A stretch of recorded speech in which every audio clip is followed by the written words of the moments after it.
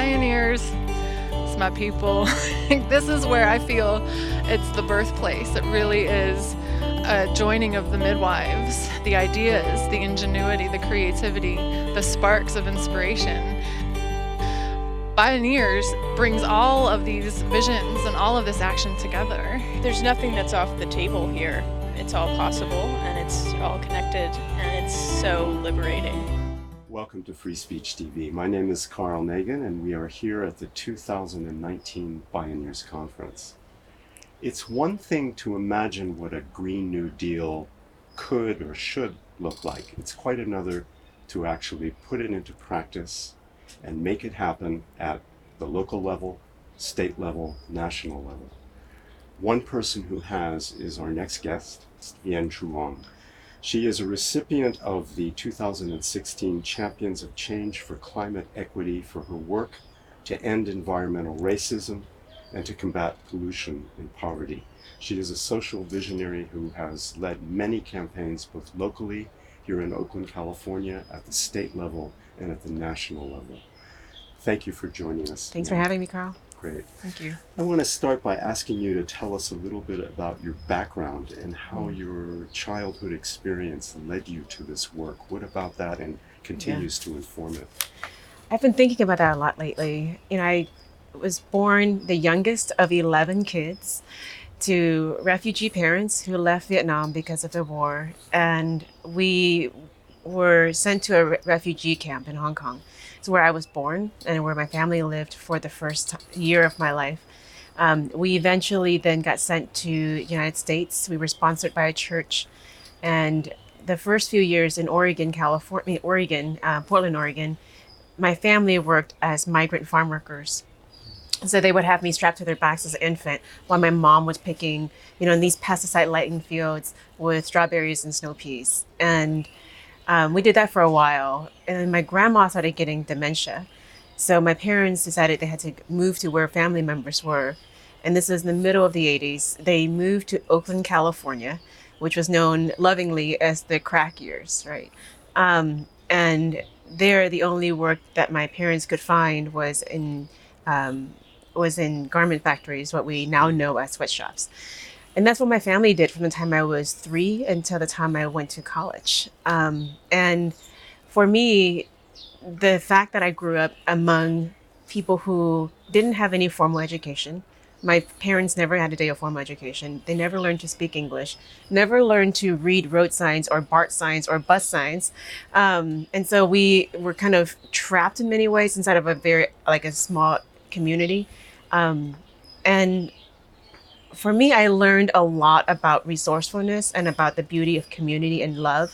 But I also learned that these were communities that oftentimes our politicians never visit. They don't care about, they don't listen to, and they don't then benefit from their resourcefulness, their engineering, their entrepreneurship, their abilities to kind of see the problems, for what they are and what solutions work and don't work. And the reason I wanted to kind of note as far back as the fact that I was born in a refugee camp is because we're dealing with a crisis right now with our families and our babies being separated from each other at refugee camps, right, and deportation centers. And I think about how that would have made my family and myself traumatized in that early age. And as we were talking at Bioneers about the importance of environmentalism and climate change, the UN says that by 2050, we'll be seeing over 200 million climate refugees if we don't do something about the climate crisis. And for me, it's more urgent than ever for us to think about who are we when these problems happen? Are we going to be xenophobic, or are we going to be trying to figure out how we build a planet that actually serves for us all, and not to shut down, and be exclusive and to be kind of, historically we have seen the racism, the systemic racism, and the xenophobia, the anti-immigrant mentality create enemies of us all. And I hope that we're not going to be seeing that again. Thank you. You've been at the forefront of illuminating this relationship between climate change and pollution and poverty in your own hometown of Oakland. Can you talk about the work you've done there to raise our consciousness about that? When people watch California, they think it's like the land of golden, like the Golden State. It's like the Warriors. Oakland is, this beloved epicenter. Oakland is also part of a toxic triangle. And I grew up in all over Oakland. My family lived in Fruitvale, California. It's part of the toxic triangle. 1 out of 4 people have asthma. 1 out of 4 people, 1 of 4 kids have asthma. The norm is 1 out of 28 people. We're seeing people who have gotten all kinds of pollution-related illnesses. Proximity to highways and freeways is very common. My community, Fruitvale, in 2016, national news broke that the kids had higher levels of lead level poisoning in their bloodstreams than Flint, Michigan. That's astonishing. In our case, it was from the paint chips and not from lead pipes. But we're now talking about how do we make sure that in a state that has so much in surplus in our budget, when we have Silicon Valley, when we have Hollywood, when we have San Francisco, how is it possible that we also have families and kids that now have as much lead in our bloodstreams as third world countries? We have the highest levels of poverty in the country. We have 7 of the worst polluted cities in the country, in the very communities, in the very area states that have the money. So what does that mean, and what does it say about the values of our politicians? Exactly. And you are someone who's actually taken action for this. You were at the forefront of a campaign to raise, I believe, a Senate bill to raise $1.5 billion to assist those fence line communities developing them. Can you talk about that campaign and what its impacts have been? Yeah. I think about the women who raised me in the sweatshops when they had nothing and that they were fighting for their families, right, with the little that they had. As the reason why I kept at this fight for Senate Bill 535, which now we know as the climate benefits in California. We were a ragtag team of people. We had 5 people that came together, 5 different organizations, no money, no funding. No one believed in us. And people were telling us we were crazy. It was a pipe dream that we were going to take money from big polluters, the wealthiest and the most powerful in the country, not even just a state in the country, and that our ragtag team of no money, no power, and really no one who believed in us, we're going to fight to win this thing. It was kind of crazy. And I just think about the women who raised me who said, but this is right. You know, and we do what we do without compromise and with integrity for people we love. It was a moral imperative. It was a moral imperative. Thank you, Carl. Yes.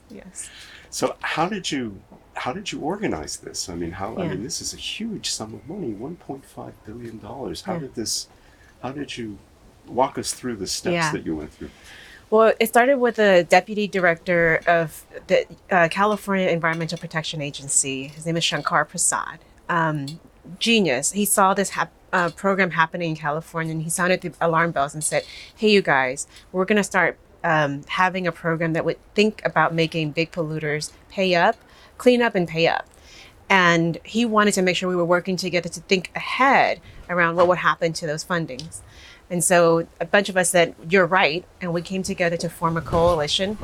And it was not a very sexy name. It was 535 Coalition is the name of the bill. It was the right thing to do. We had an amazing legislator, Senator De Leon, who believed in the bill, even though very few politicians said that they, would support it. And together we fought, and we were able to get the bill passed into law. How long was this process? 4 years. And a lot of people who dropped out, a lot of people who stopped believing, some people who came on, and we all had different roles, right? So Dr. Prasad was the one who said, let's do this. This is the right thing to do. Senator De Leon, who led the bill. I helped to write, portions of the policy. I helped to organize the outside in, so organize people to come and participate into this program.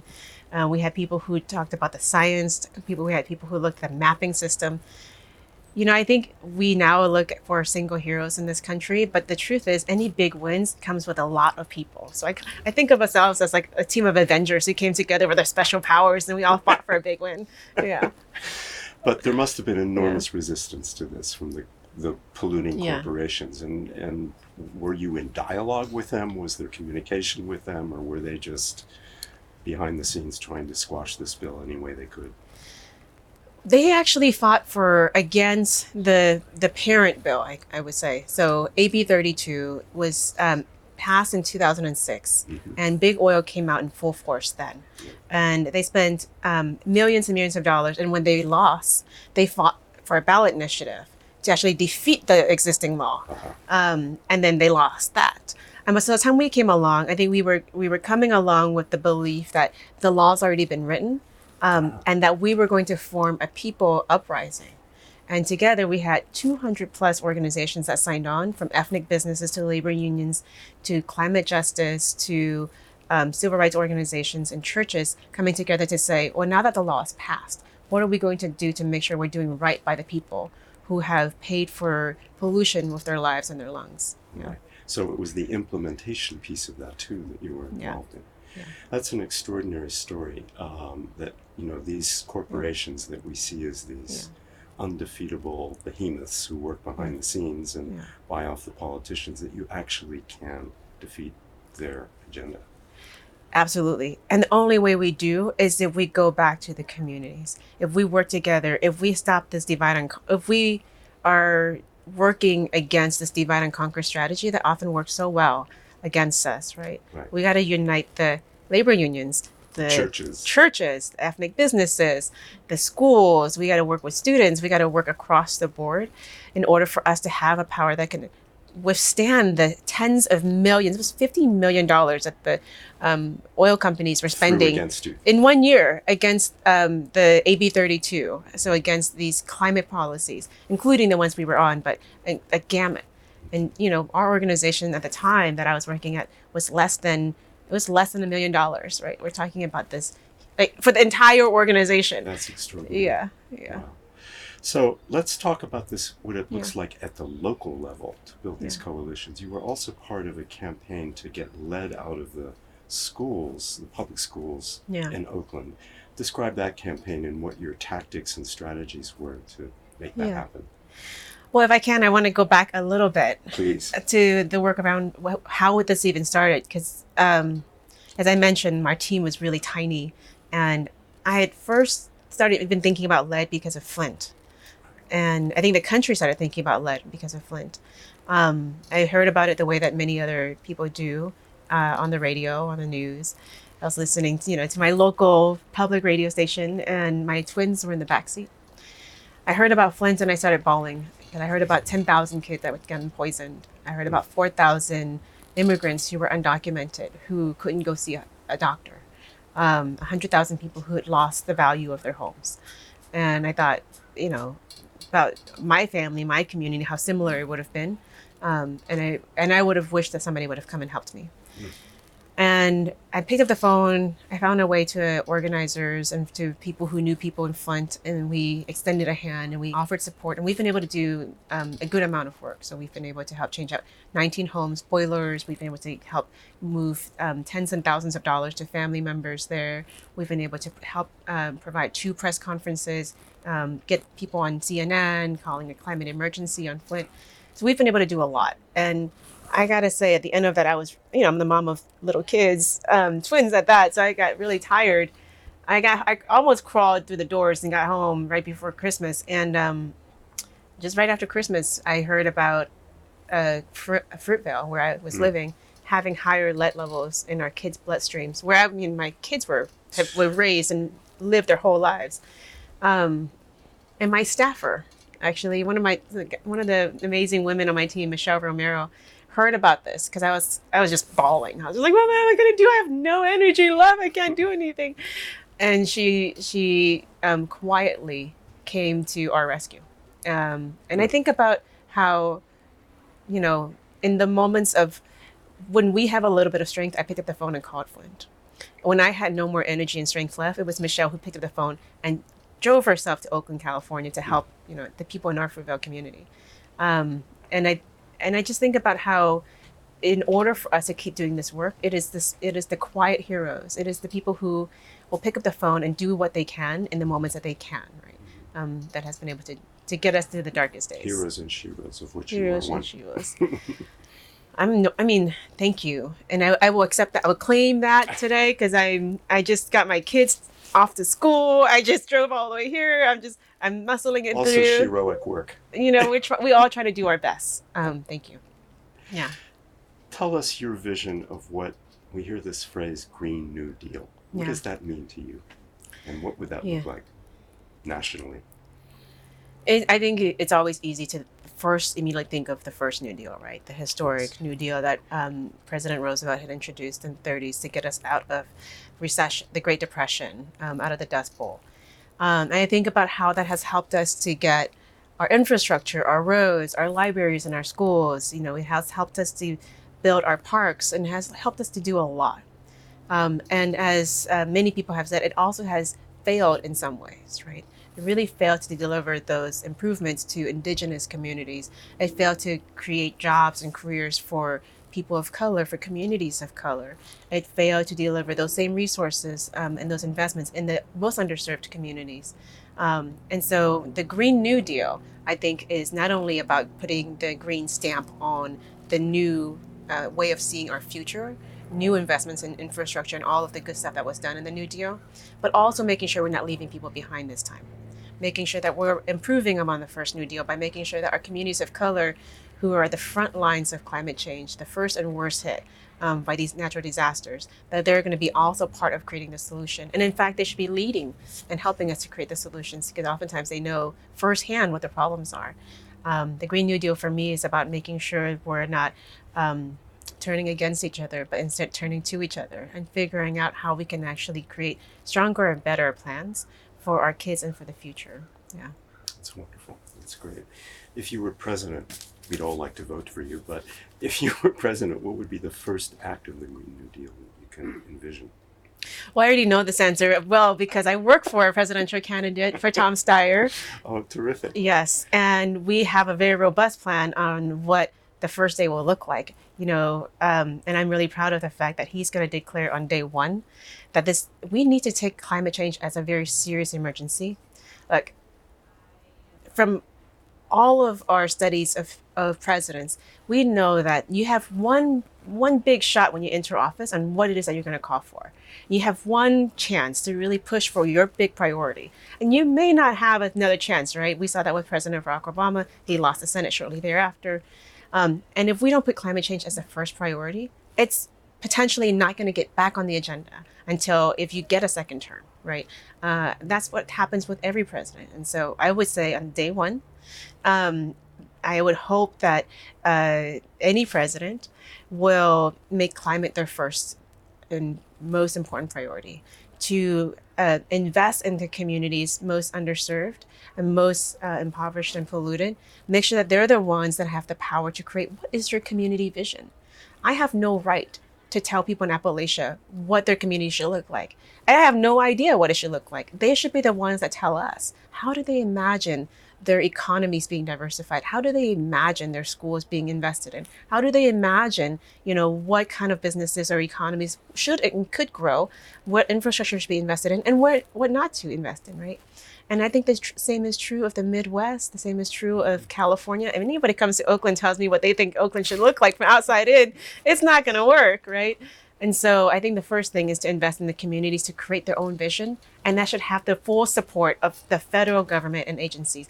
The HUD department, the Department of Housing and Urban Development, should support affordable housing across the country. What kind of housing makes sense in those areas? EPA should support water and air agencies and programs. We should have the Department of Interior supporting parks. Everybody should have access to clean and safe, natural environments in their areas, right? So there's so many things that the federal agencies should do, but the most important thing is the community should lead, and then we should support that.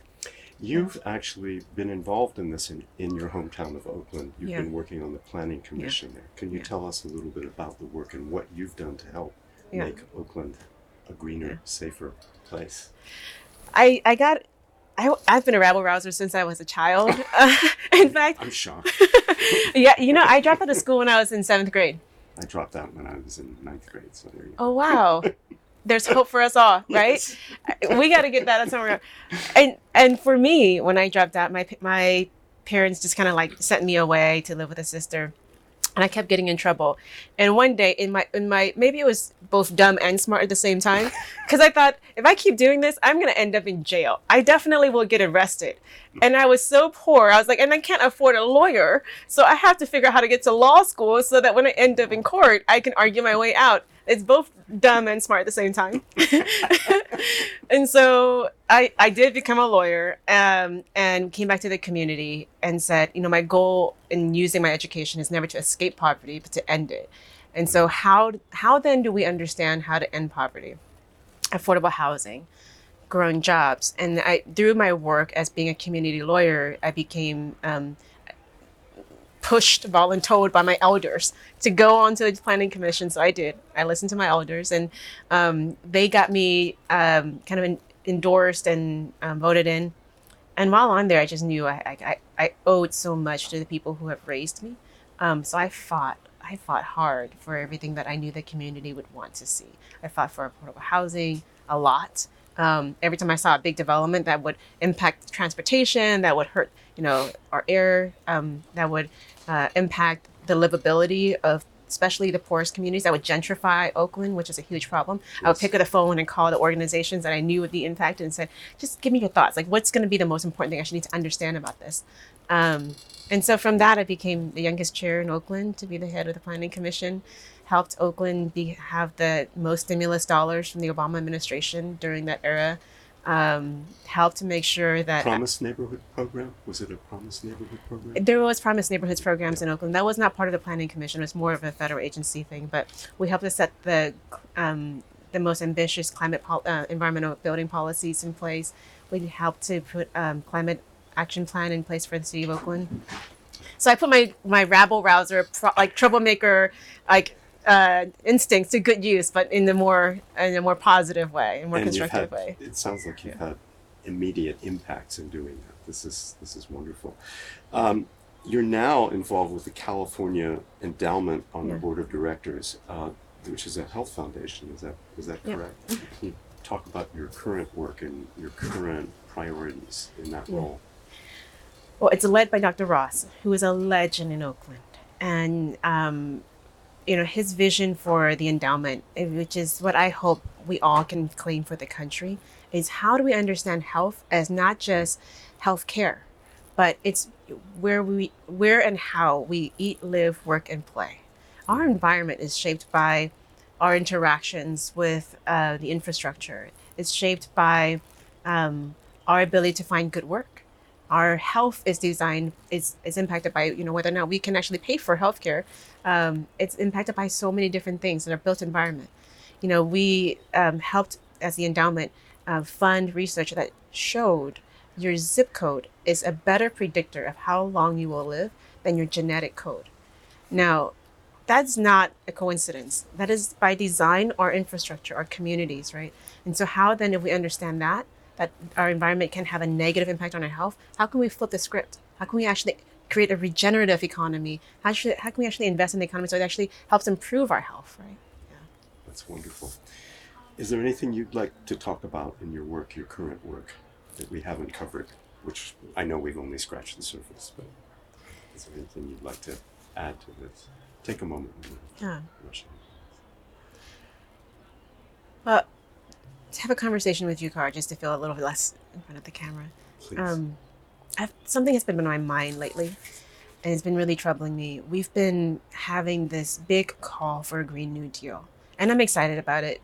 We've been doing this work for 10 years, and it's great to see the new momentum and the new kind of push for it, and all the presidential candidates supporting a Green New Deal. That's amazing. That's great. Except I'm worried about not enough people asking how, right, and who. And no good things happen to poor people by accident, No good things happen to poor people by accident. It is oftentimes we forget who is, when we make these big policy decisions, we fail to ask who pays, who benefits, who's at the table, and who is not. When we are rushing to push for solutions without having clear standards around making sure that we're looking at benefiting the people who have been suffering the most, when we're looking at making sure that we're closing the wealth gap. We have a dual crisis right now, both ecological and economic. Half the people in this country don't have $500 in their savings account. Half the people in this country do not have $500 in their savings account. We have 3 people in this country that makes as much wealth as half of the country. When you think about that gulf of Exclusion. inequality, I mean, it's beyond what we can wrap our minds around. And you think about this tidal wave, this tsunami that's going to come, in some cases, literally, right? The climate change problem that we're dealing with, as well as the economic issue. And just hold that thought for 1 second, because we're also looking at an economy that is fast shifting. We're looking at half of the workforce in this country, the workforce duties being able to be automated. So not only are people not having good jobs, they're not going to have a job, period, moving forward. And then we're having a federal government that's eviscerating our social safety net, our healthcare plans, our social securities, and we have millennials that is racing to contract work that's without healthcare, and that's without a retirement plan.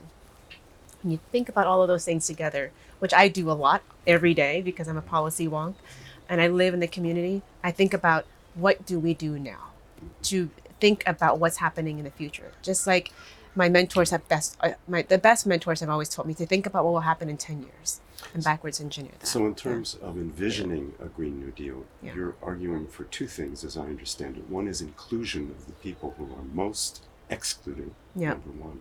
Yeah. And then the economic piece of this, Yeah. whatever that New Deal is going to look like, Yeah. there's an economic piece of it, which is structural, organizational, human material. Exactly. And we've done this before. So in California, Example. in California, we have a program called the Transformative Climate Communities. And when we got the 535 law passed, when we moved, it's $1.5 billion now. There's another $3 billion that the governor can actually deploy immediately if he wants to. I'm hoping that he does sooner rather than later, because people are dying. We need it. I stepped back and I asked the former governor, Governor Brown at the time, whether or not we can actually work together to leverage the public dollars with private dollars. I worked on this idea with a friend who, Heather Hood, who is the vice president of Enterprise Community Partners. And we riffed on this. And now we have a plan that is taking a bit of the public money, leveraging it with private money, with a capital stack that's like, if I put in $140 million of public money, then we're going to match that and then increase that using philanthropy money, using grant dollars, using public investments, using market rate private investments. And together we were able to give a city like Fresno $70 million for the community to create their own vision and plan. We gave them funding to support the community plan first, and then to power that plan with public and private investments for what the community wants to see, not what the governor wants to see, what outsiders want to see, but what they want to see. And imagine that if we can do that now on a national scale, right? That would be extraordinary. Yeah, that's what I think gives me a lot of hope, because then we're looking at not just an environmental solution, we're looking at economic and a democratic one as well. Vien Truong, you are a true visionary, and thank you for this amazing work you have Thank done you. and continue to do. Namaste. Thank you. Namaste. Thank you so much.